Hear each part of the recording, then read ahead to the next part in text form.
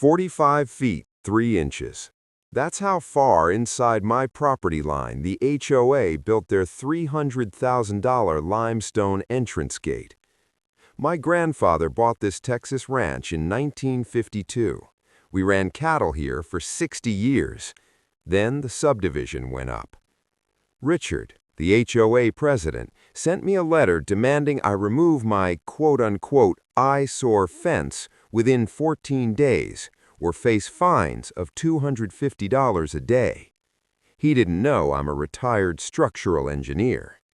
I hired Miller, a surveyor with 41 years of experience.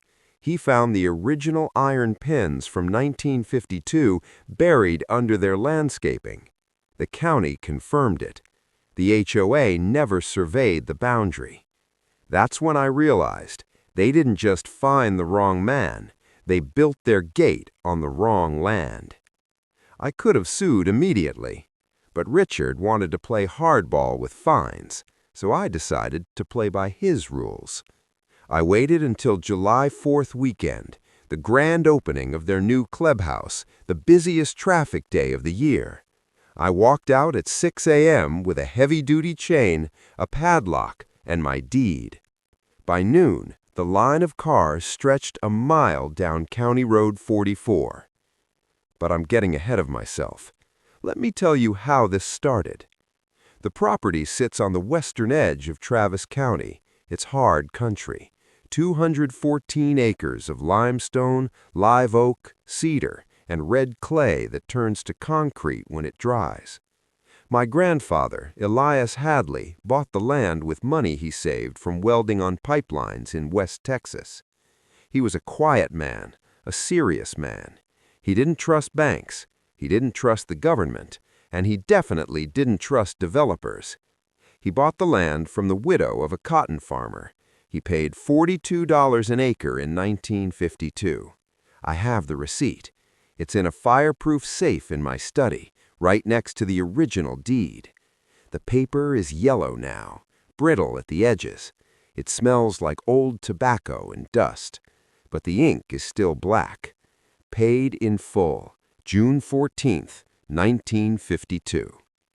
I grew up on this land. I learned to walk on this dirt.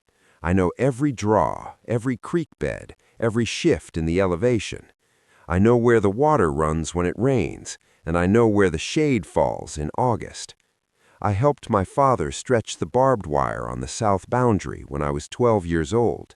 It was 1974, a brutal summer, 105 degrees in the shade. We used cedar posts we cut ourselves from the back 40. We stripped the bark. We dug the holes by hand, through the caliche. My father was particular about boundaries. He used to say, "Jim, good fences make good neighbors, but accurate surveys make for peaceful sleep." He drove those posts deep. He verified the line with the original iron pins my grandfather set. Those posts are still there, silver gray from the sun, twisted by the wind, hard as iron. That south boundary is where the trouble started. For 50 years, our neighbor was the Parker Ranch. Old man Parker ran goats, we ran cattle. We had an understanding. If a cow got out, he called us. If a goat got out, we called him. Simple, respectful. But Parker passed away in 2018. His kids didn't want the land. They lived in Houston. They wanted the cash. They sold the 300 acres to a developer from Dallas, a company called Apex Land Group. Bulldozers arrived 3 weeks later. I watched them from my porch, drinking my coffee. They scraped the land bare. They took out the mesquite. They took out the oaks. They flattened the hills. It took them 6 months to destroy what nature took 100 years to build. 200 acres of pasture turned into 300 quote-unquote luxury estate lots. They called it the Sanctuary at Oak Creek, a gated community. I watched them pave the roads, put in the underground utilities, and then they built the entrance. It was impressive, I'll give them that. Massive limestone columns, 20 feet high, wrought iron gates with the subdivision logo in gold leaf, intricate landscaping with native grasses, yucca, and crushed granite. They built a stone wall that curved out from the gate, creating a grand funnel to welcome the new residents. I watched them build it. I stood on my porch and thought it looked close, but I figured a big developer from Dallas knew how to read a survey. I was busy. My wife, Sarah, had just retired from teaching. We were finally fixing up the old ranch house. New metal roof, new windows. We were putting in a vegetable garden. We were looking forward to quiet mornings. We got about 6 months of quiet. Then the letter arrived.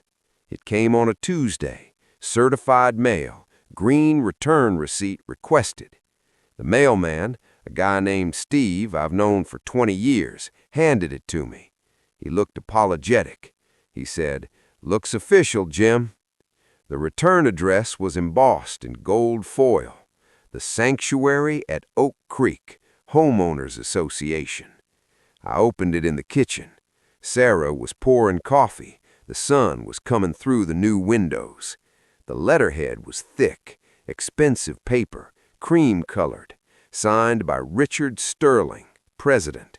It read, "Dear Mr. Hadley, it has come to the attention of the Architectural Control Committee that your perimeter fencing along the southern boundary is in violation of Community Standard 14.2b. It said the structure, barbed wire and irregular timber posts, was deemed an eyesore. It said it detracted from the cohesive aesthetic of their community. It said I had 14 days to remove the non-conforming structure and replace it with approved masonry or wrought iron fencing. Failure to comply would result in a daily fine of $250, retroactive to the date of this notice." I put the letter on the table. I looked at Sarah. She picked up the letter. She read it twice. She laughed. She said, "We're not in their HOA, Jim. We didn't sign their covenants. They can't fine us." I said, "I know that, but Richard Sterling doesn't seem to know it." I walked over to the window. I looked out at the south pasture. I could see the fence my father and I built, the cedar posts standing straight. And right behind it, maybe 20 feet away, I could see the massive limestone columns of their entrance gate. I looked at the fence. I looked at the gate. My father was a perfectionist. When we set that fence in '74, he used the original pins, but he set the fence inside the line. He told me, "Jim, always set the fence a few feet inside. That way you can mow the other side without stepping on your neighbor's dirt." He set it 20 feet back. I looked at the letter. Then I looked at the gate again. The gate was right up against my fence. If my fence was set back 20 feet, and their gate was touching it, then their gate wasn't on the boundary. It was on my land. I went straight to my study. I have a system. Sarah calls it obsessive. I call it engineering. Every document related to this ranch is filed in a 4-drawer steel cabinet. Top drawer, deeds and titles. I pulled the file labeled Deed Original. I took out the 1952 deed. I took out the field notes my grandfather wrote down in pencil. I did the rough math right there on the desk. The county road right-of-way ended 30 feet from the center line. My property began where the right-of-way ended. I looked through the window at their gate. It was set back maybe 50 feet from the center of the road. If my line started at 30 feet and their gate was at 50 feet, they were sitting on 20 feet of my dirt. I knew it right then. They hadn't just fined the wrong man. They built a $300,000 structure on private property. I felt a calm settle over me. It wasn't anger, it was certainty. I took the letter. I folded it. I put it in my pocket. I decided to be neighborly. I would give them one chance to fix it. I walked over to Richard's house the next morning. He lived in the model home near the entrance, a sprawling stucco house with a 3-car garage and fake Tuscan columns. The lawn was cut to exactly 2 inches. I knocked on the door. Richard answered. He was holding a tablet. He was wearing a polo shirt with the Sanctuary logo embroidered on the chest. "Mr. Hadley," he said, "I assume you received our notice." I said, "I did, Richard. That's why I'm here." I told him there was a misunderstanding. My property isn't part of the sanctuary. Your covenants don't apply to my ranch. Richard smiled. It was a patient smile, like he was explaining long division to a slow child. He said, "I understand your confusion, but the developer filed a master plan that includes aesthetic easements for all properties bordering the entrance." He said, "It's about maintaining property values." He said, "Your fence is rustic, but it's right next to our entrance. It clashes." I said, "Richard, that fence has been there since 1974. He said, "Times change, Mr. Hadley. We can discuss approved alternatives, but the current fence has to go. The board has already voted on the enforcement action. You have 13 days left." I looked him in the eye. I said, "Richard, are you sure you want to pursue this?" He said, "Absolutely. The rules are the rules." Then he leaned in. He said, "The fines will stand. $250 a day adds up quickly. I'd hate to see a lien put on your property over a fence." He closed the door. I stood on his porch for a moment. I looked at his manicured lawn. I've spent 70 years protecting this land, and this man thought he could take it with a letter? I walked back to my house. I didn't look at the fence. I looked at the gate. I didn't smile. I just started counting days. I needed proof, bulletproof proof, court-ready proof. I drove to the county courthouse. The clerk's office in Travis County smells like old toner and dust. I like it. It smells like facts. The clerk is a woman named Brenda. She's been there since the 90s. She looked up when I walked in. "Afternoon, Mr. Hadley. What brings you in?" I said, "Brenda, I need to see the plat map for the Sanctuary subdivision, and I need to pull the original field notes for my south line." Brenda logged into the terminal. "Parcel 14-0032. Here we go." She printed out the subdivision plat filed by the developer in 2019. I took it to the viewing table. I laid it next to my 1994 survey. I traced the line with my finger. The developer's map showed a straight line for the boundary. My survey showed a straight line, but when I looked at the coordinates, the numbers didn't match. The developer's map started the boundary line at a point described as the iron rod found at the northwest corner of the Parker tract. My deed described the start point as an iron pipe set in the ground marked 1952. The developer had been lazy. They used the fence line as the boundary. They assumed the fence was the line, but my father's fence was a setback fence. I pulled a scale ruler from my pocket. I measured the distance on the paper. Then I converted the scale. According to their map, their gate was clearly inside the subdivision, but according to the legal description on my deed, my property line extended 75 feet from the center of the old cattle trail. I went back to Brenda. I asked for the dedication instrument for the county road, the original right-of-way. It took her 20 minutes to find it in the microfiche, a grainy scan from 1948. The right-of-way was 60 feet wide, 30 feet from the center on each side. My property started at the edge of that right-of-way. The math was undeniable. They was sitting on 20 to 40 feet of my dirt. Richard's second letter arrived 2 days later. Final notice in red ink. Fine assessment begins in 48 hours. Total due will accrue weekly. Legal proceedings authorized. He had carbon copied a law firm in Austin, Harmon and Associates. I didn't reply.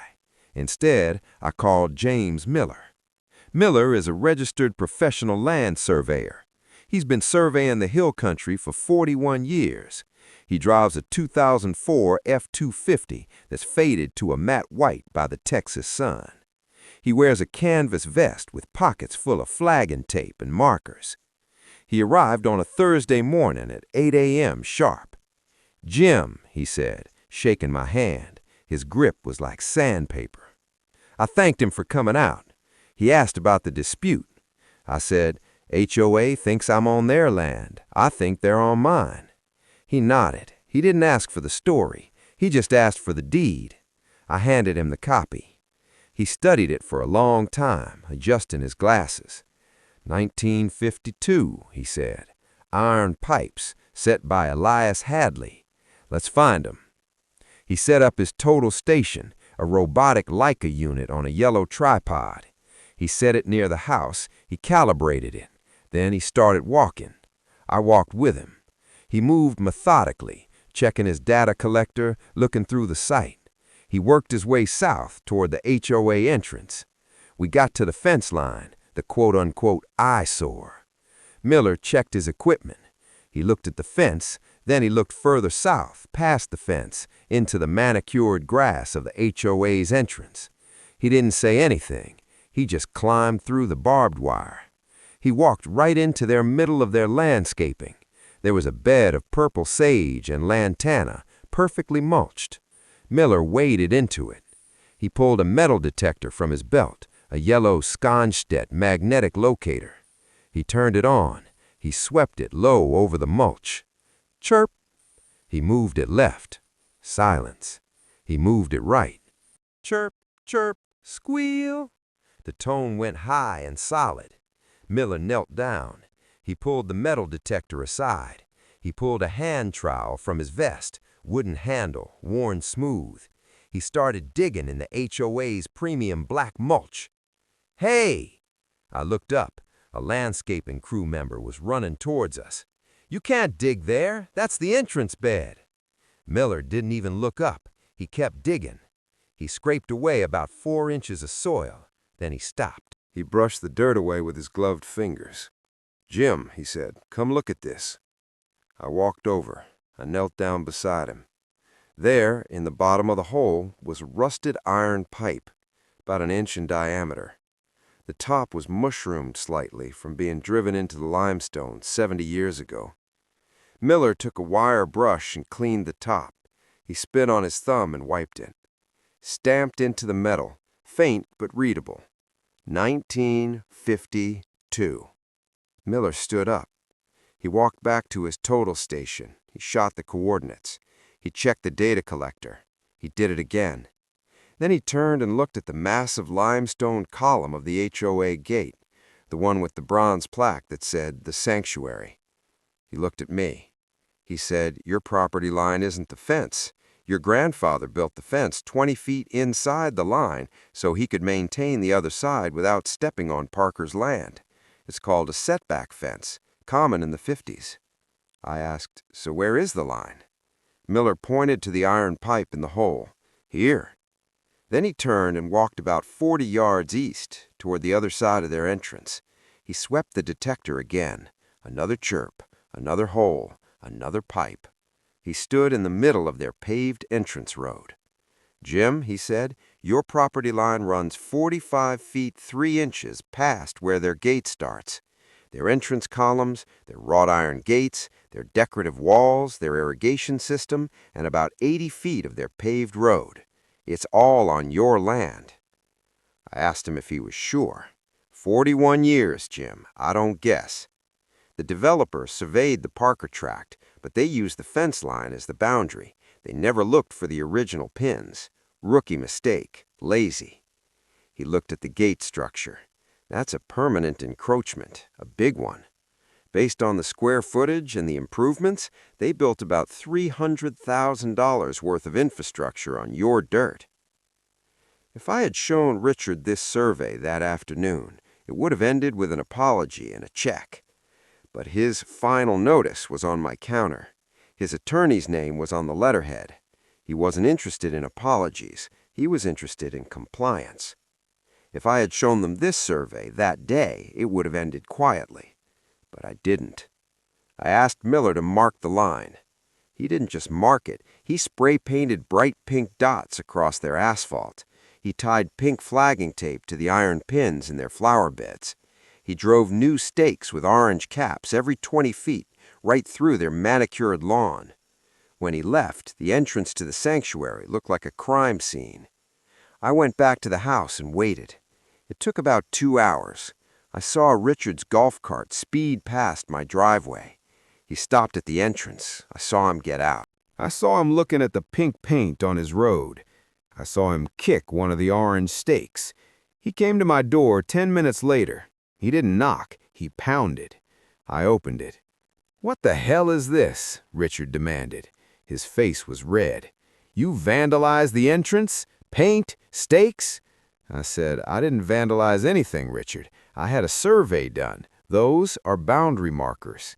He said, "Bullshit. Our line is the fence. It's always been the fence.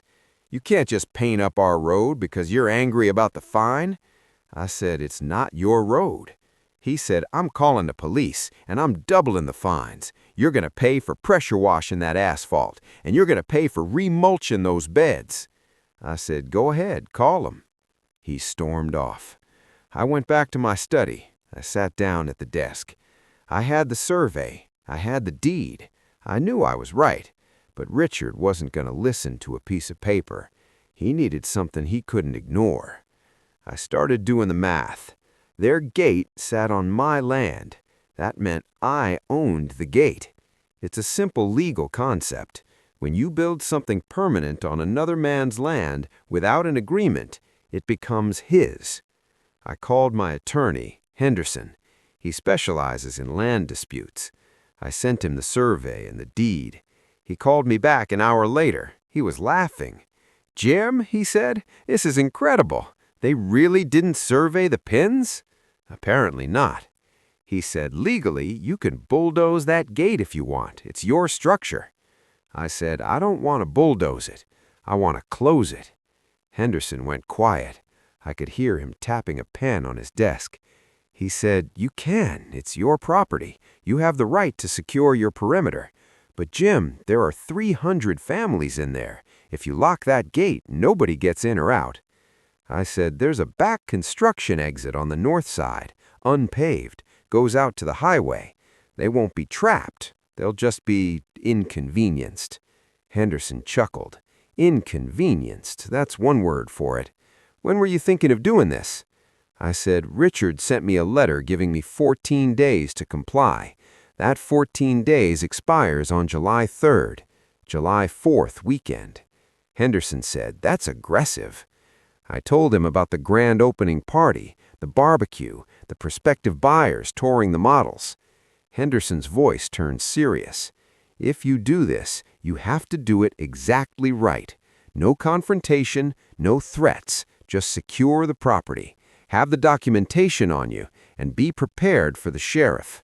I said, "I'll be ready." The next 2 weeks were the longest of my life. I watched Richard drive by every day. He sent another letter, assessment of damages.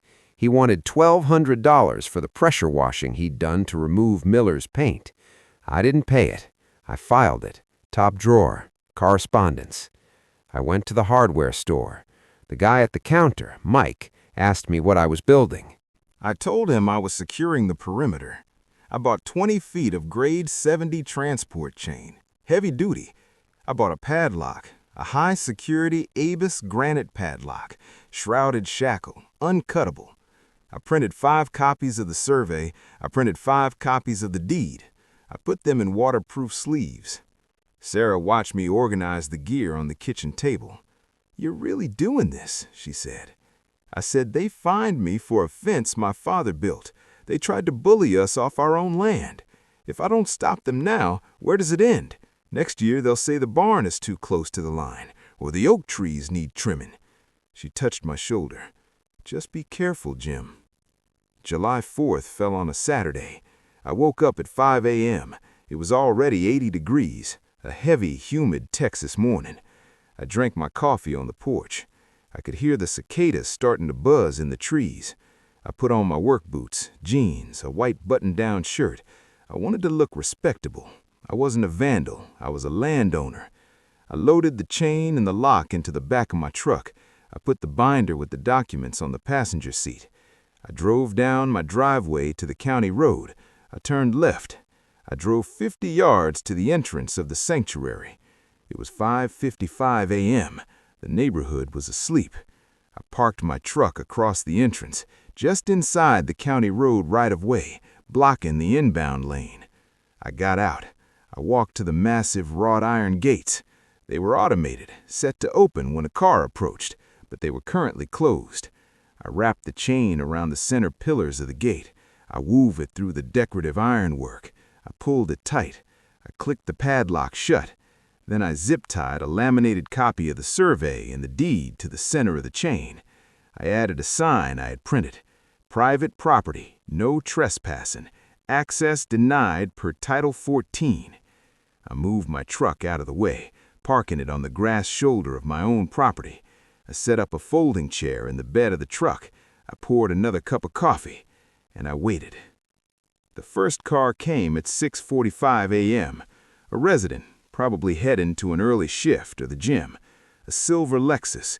It pulled up to the gate. The sensor triggered. The gate motors hummed. The gates started to swing open. Clang. The chain pulled tight. The gates shuddered and stopped. The motors whined, straining against the 6,000-pound chain. Then the safety sensors tripped, and the motors cut out. The driver honked. I sipped my coffee. The driver got out. He walked up to the gate. He saw the chain. He saw the sign. He looked over at me. "Hey, what is this? Did you lock the gate?" "Morning," I said. "Gate's on private property. It's closed." "You can't do that. I have to get to work." "Take the north construction exit," I said. "It's open." "That's a dirt road. I just washed this car." "Sorry about that," I said. He got back in his car, yelling into his phone. He turned around, a three-point turn on the county road, and sped off. By 8 a.m., there were 4 cars backed up. By 9 a.m., the caterers for the grand opening party arrived. 2 large vans. They couldn't turn around easily. They parked, blocking the entrance completely. Residents trying to leave couldn't get out. Residents trying to enter couldn't get in. Guests for the party started arriving. The sun was high now. It was 102 degrees. You could hear the catering vans idling, engines straining against the heat. The staff was standing outside, sweating through their uniforms. People were out of their cars, pointing, taking photos with their phones. The line of cars spilled out on the County Road 44. At 9:15, Richard arrived. He didn't come in a car. He came on foot, running from his house. He was wearing a red, white, and blue polo shirt. He ran up to the gate. He saw the chain. He saw me sitting in the truck. He turned purple. "Open this gate!" he screamed. "Open it now!" "Can't do that, Richard," I said. "This is kidnapping. This is false imprisonment. You are preventing people from leaving." "Nobody is trapped," I said calmly. "The north exit is wide open. They can leave anytime they want." "The north exit is for construction vehicles. It's not suitable for passenger cars." "Then maybe you shouldn't have built your main entrance on my land," I said. Richard grabbed the chain. He yanked on it. It didn't budge. "I'm getting the bolt cutters," he yelled to one of the neighbors. "I wouldn't do that," I said. "That chain is my property. Cutting it is destruction of private property. And I'm filming." I pointed to the dash cam in my truck. Richard stopped. "Call the sheriff," he screamed. "Tell them we have a hostage situation."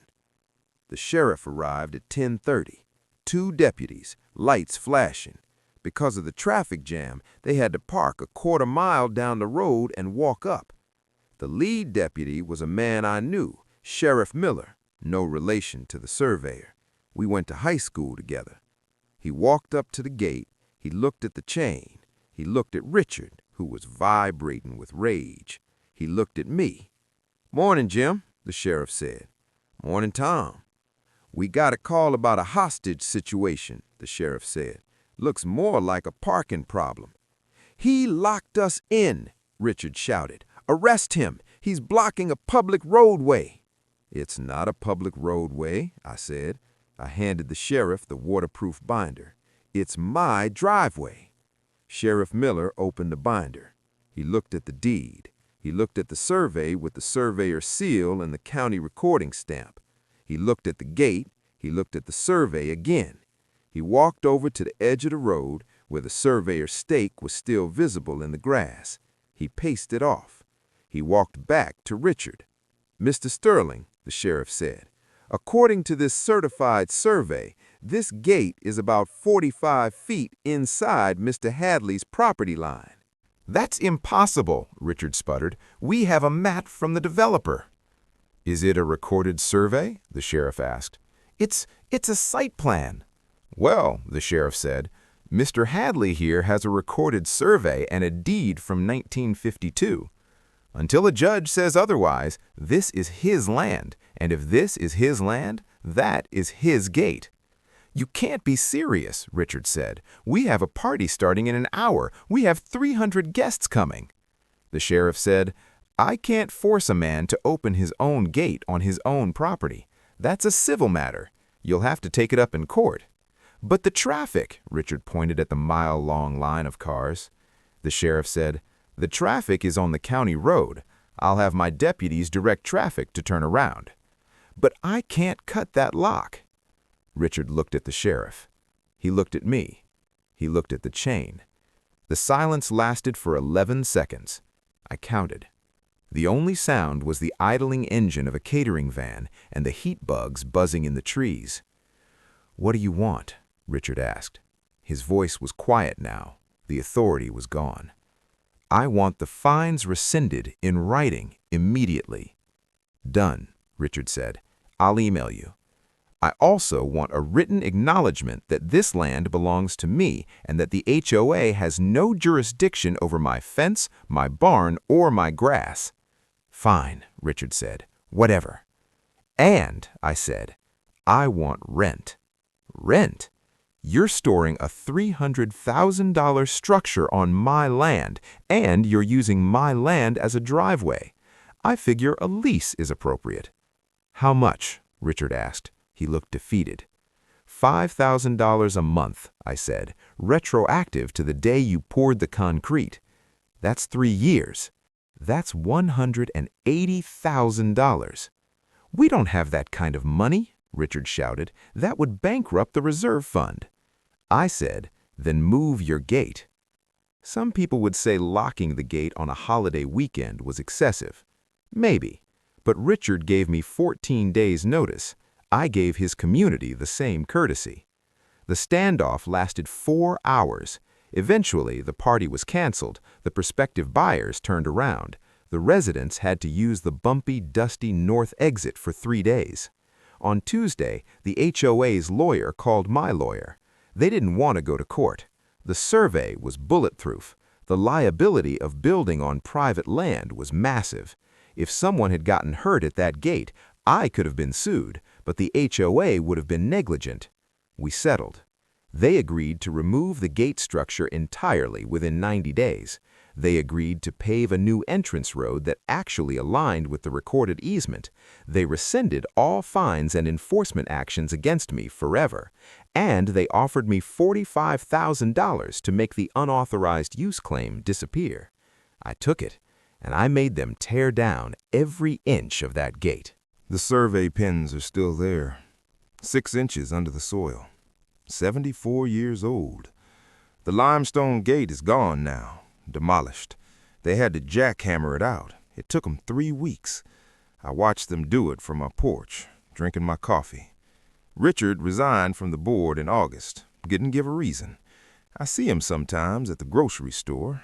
He goes down a different aisle when he sees me. I filed the survey behind grandfather's deed.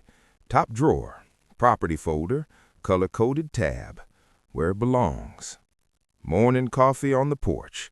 Sarah's reading next to me. Asked what I'm thinking about. Nothing much, just looking at my land. New investigations go up every week. Subscribe.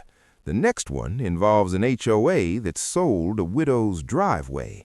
Links on screen now. There's another one where an HOA drained a private lake. The owner turned off one valve, 114 septic systems backed up. That one's on the channel.